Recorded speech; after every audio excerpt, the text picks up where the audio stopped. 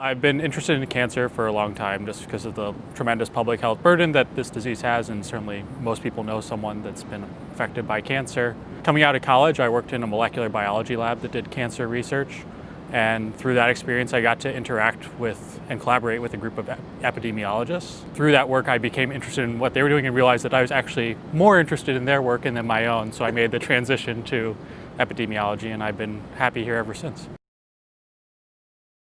I decided to come here just simply because of the expertise of the faculty. I think when you think about the cancer epi program at HSPH, it's really had some of the pioneers in the field, thinking about people like Brian McMahon and Dimitris Trikopoulos. So to come here and work alongside some of the leaders in the field right now was something that I was really excited to do. It's a very supportive and collaborative atmosphere. I think I've learned a lot from certainly my mentors, but from my peers as well, and just working through problems, thinking with them. I think it's a group of individuals both from RA level all the way up to full professors that are really committed to making progress on the war against cancer.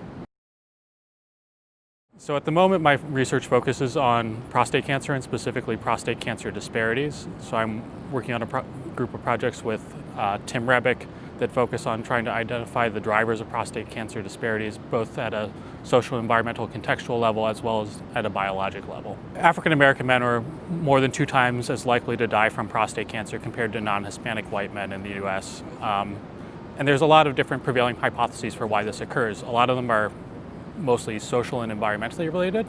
So it could be that African American men are getting inadequate access to screening or treatment, or that the treatment that they're receiving is actually not following recommended guidelines.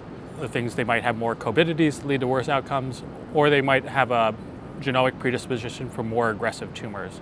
So a lot of my research is actually focusing on that last hypothesis right now. So we've done some work looking in resources like the Cancer Genome Atlas and other genomic data sets that have found that African American men are more likely to have certain genomic alterations that might lead them to have more aggressive cancers and ultimately be more likely to die from prostate cancer. As of now, a lot of these genomic alterations aren't clinically targetable, but I think with further genomic resource, and that certainly these are going to be different biologic pathways that can be intervened on.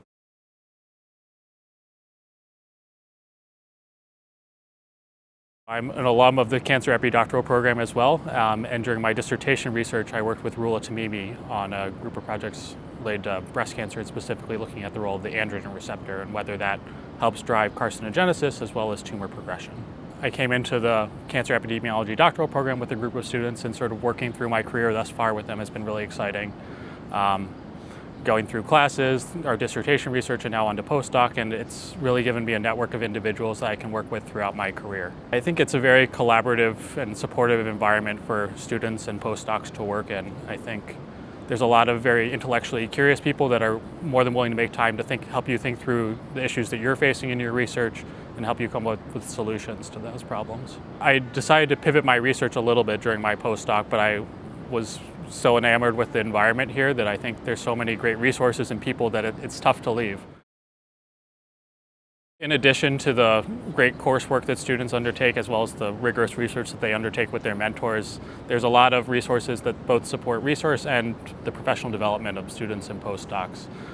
In terms of resources, there's several Harvard-based cohorts that offer extensive data ranging from both diet and physical activity and other behavioral factors, all the way through genomic data and sequencing and microarray data that help students and postdocs really pursue whatever they're interested in on the cancer continuum.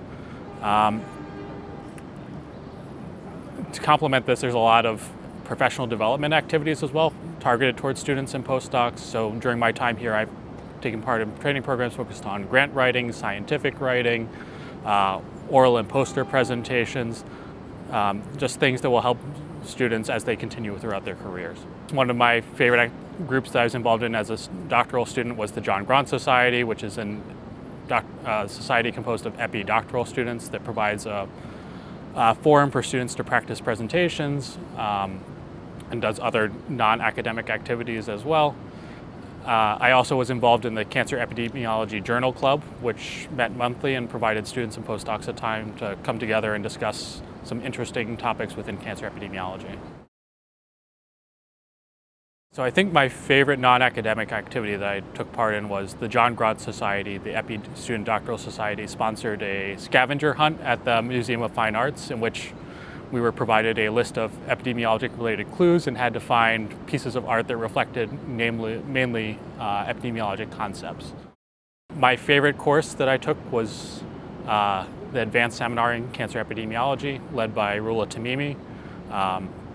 And this was essentially a small class. There were maybe 10 of us, and we had a different speaker each time, and they came in and would tell us a little bit about their research for the first half of the class, but then the second half of the class, we'd really just dig into some of their papers and discuss both the studies themselves and the ramifications of those within cancer epidemiology.